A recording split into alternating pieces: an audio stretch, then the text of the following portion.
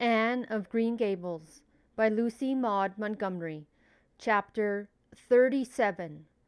The Reaper Whose Name is Death.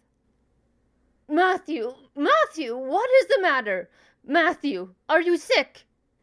It was Marilla who spoke, alarm in every jerky word.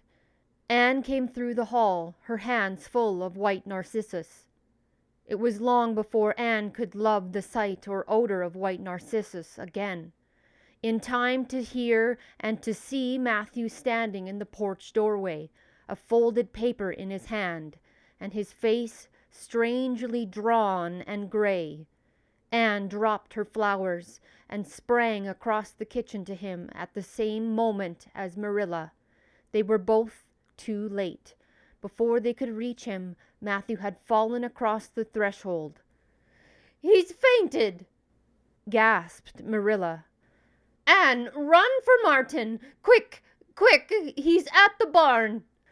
Martin, the hired man, who had just driven home from the post office, started at once for the doctor, calling at Orchard Slope on his way to send Mr. and Mrs. Barry over. Mrs. Lynde, who was there on an errand, came too. They found Anne and Marilla distractedly trying to restore Matthew to consciousness. Mrs. Lynde pushed them aside gently, tried for his pulse, and then laid her ear over his heart. She looked at their anxious faces sorrowfully, and the tears came into her eyes. "Oh, Marilla," she said gravely, "I don't think we can do anything for him." "Mrs. Lynde, you can't think Matthew is... Anne could not say the dreadful word. She turned sick and pallid. "Child, yes, I'm afraid of it. Look at his face. When you've seen that look as often as I have, you'll know what it means." Anne looked at the still face, and there beheld the seal of the Great Presence. When the doctor came, he said that the death had been instantaneous and probably painless, caused in all likelihood by some sudden shock. The secret of the shock was discovered to be in the paper Matthew had held, and which Martin had brought from the office that morning. The secret of the shock was discovered to be in the paper Matthew had held, and which Martin had brought from the office that morning. It contained an account of the failure of the Abbey Bank. The news spread quickly through Avonlea, and all day friends and neighbors thronged Green Gables and came and went on errands of kindness for the dead and living. For the first time, shy, quiet Matthew Cuthbert was a person of central importance. The white majesty of death had fallen on him and set him apart as one crowned. When the calm night came softly over Green Gables and the old house was hushed and tranquil, in the parlor lay Matthew Cuthbert in his coffin, his long gray hair framing his pallid face, on which there was a little kindly smile, as if he but slept, dreaming pleasant dreams. There were flowers about him, sweet old-fashioned flowers which his mother had planted in the homestead garden in her bridal days, and for which Matthew had always had a secret, wordless love. Anne had gathered them and brought them to him, her anguished, tearless eyes burning in her white face. It was the last thing she could do for him. The Barrys and Mrs. Lynde stayed with them that night, Diana going to the east gable, where Anne, standing at her window, said gently, "Anne, dear, would you like to have me sleep with you tonight?" "Thank you, Diana." Anne looked earnestly into her friend's face. "I think you won't misunderstand me when I say I want to be alone. I'm not afraid. I haven't been alone 1 minute since it happened. I want to be quite silent and quiet and try to realize it. I can't realize it. Half the time it seems to me that Matthew can't be dead, and the other half it seems as if he must have been dead for a long time, and I've had this horrible dull ache ever since." Diana did not quite understand. Marilla's impassioned grief breaking all the bounds of natural reserve and lifelong habit in its stormy rush, she could comprehend better than Anne's tearless agony. But she went kindly, leaving Anne alone to keep her first vigil with sorrow. Anne hoped that the tears would come in solitude. It seemed to her a terrible thing that she could not shed a tear for Matthew, whom she had loved so much and who had been so kind to her. Matthew, who had walked with her last evening at sunset and was now lying in the dim room below with that awful peace on his brow. But no tears came at first, even when she knelt by her window in the darkness and prayed, looking up to the stars beyond the hills. No tears, only the same horrible ache of misery that kept on aching until she fell asleep, worn out with the day's pain and excitement. In the night she awakened, with the stillness and the darkness about her, and the recollection of the day came over her like a wave of sorrow. She could see Matthew's smiling face at her as he had smiled when they had parted at the gate that last evening. She could hear his voice saying, my girl that I'm proud of." Then the tears came, and Anne wept her heart out. Marilla heard her and crept in to comfort her. There, don't cry so, dearie. It can't bring him back. It isn't right to cry so. I knew that today, but I couldn't help it then. He'd always been such a good, kind brother to me, but God knows best." "Oh, just let me cry, Marilla," sobbed Anne. "The tears don't hurt me like that ache did. Stay here for a little while with me and keep your arm around me, so.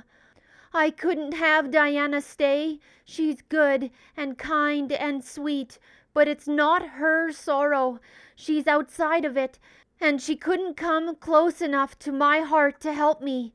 It's our sorrow, yours and mine.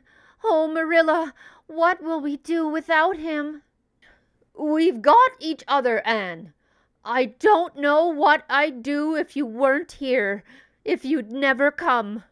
Oh, Anne, I know I've been kind of strict and harsh with you maybe, but you mustn't think I didn't love you as Matthew did, for all that.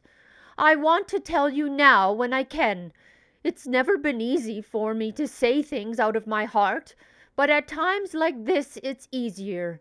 I love you as dear as if you were my own flesh and blood, and you've been my joy and comfort ever since you came to Green Gables." 2 days afterward, they carried Matthew Cuthbert over his homestead threshold and away from the fields he had tilled, and the orchards he had loved, and the trees he had planted. And then Avonlea settled back into its usual placidity, and even at Green Gables affairs slipped into their old groove, and work was done, and duties fulfilled with regularity as before, although always with the aching sense of loss in familiar things. Anne, new to grief, thought it almost sad that it could be so, that they could go on in the old way without Matthew.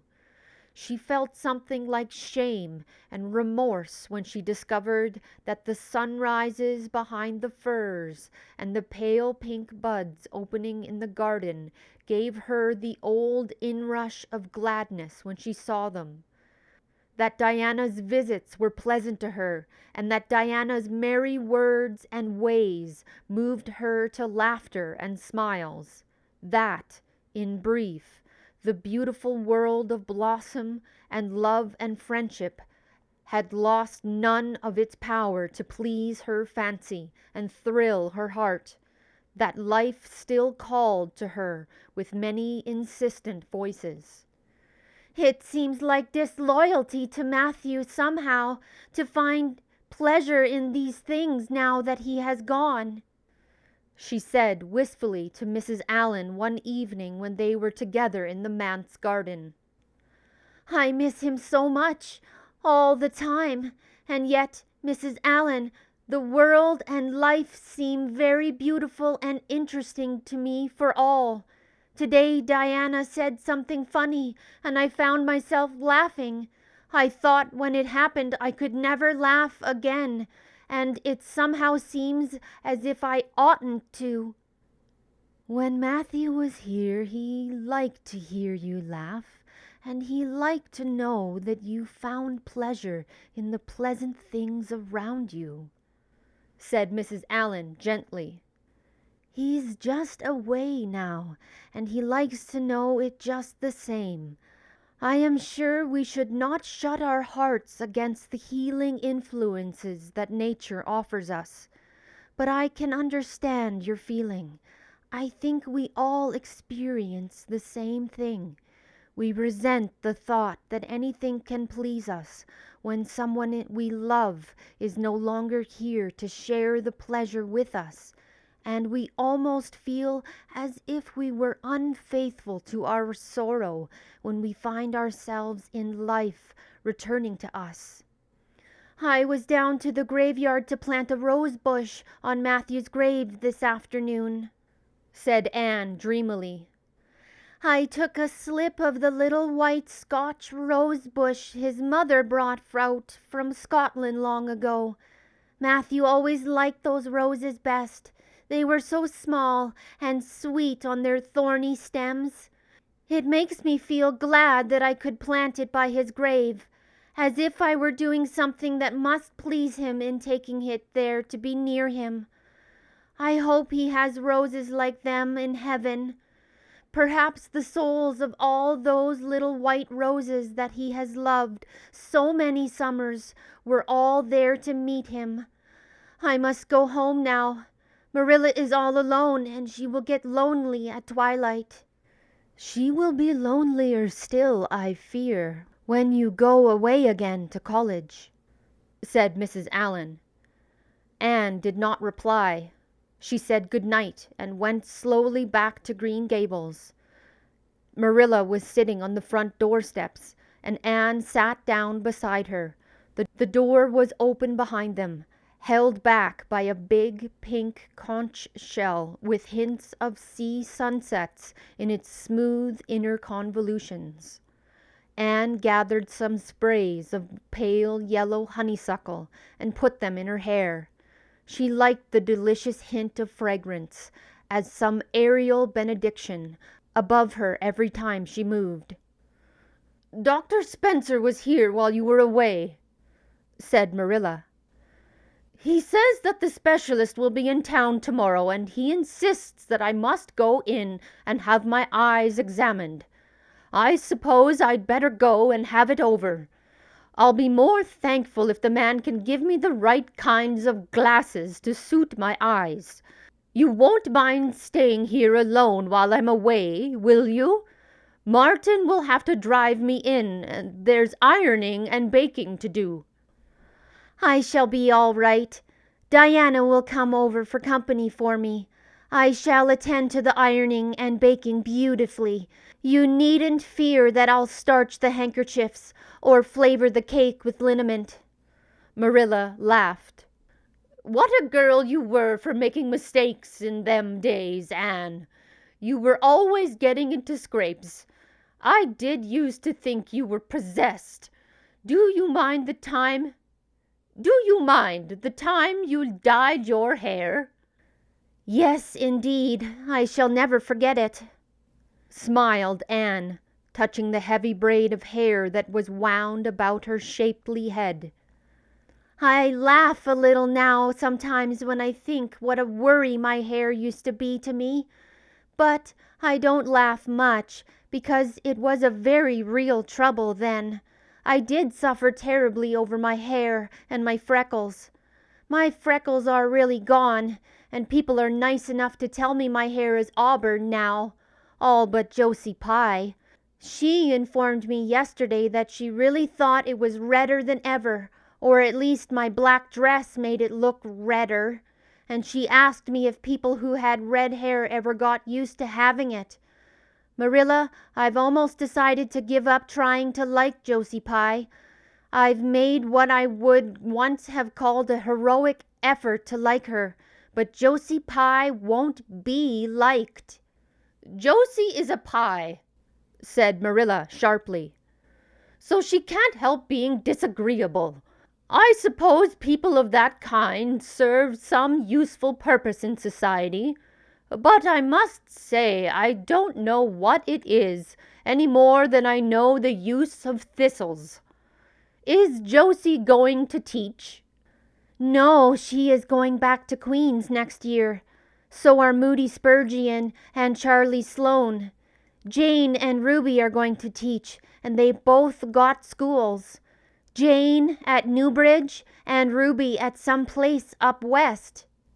"Gilbert Blythe is going to teach too, isn't he?" "Yes," briefly. "What a nice-looking fellow he is," said Marilla absently. "I saw him in church last Sunday, and he seemed so tall and manly. He looked a lot like his father did at the same age. John Blythe was a nice boy. We used to be real good friends, he and I. People called him my beau." Anne looked up with swift interest. "Oh, Marilla, and what happened? Why did you—" "We had a quarrel. I wouldn't forgive him when he asked me to. I meant to after a while, but I got sulky and angry, and I wanted to punish him first. He never came back. The Blythes were all mighty independent. But I always felt rather sorry. I've always kind of wished I'd forgiven him when I had the chance." "So you've had a bit of romance in your life, too," said Anne softly. "Yes, I suppose you might call it that. You wouldn't think so to look at me, would you? But you can never tell about people from their outsides. Everybody has forgot about me and John. I'd forgotten myself, but it all came back to me when I saw Gilbert last Sunday." That was chapter 37 of Anne of Green Gables by Lucy Maud Montgomery. I hope you enjoyed it. Bye.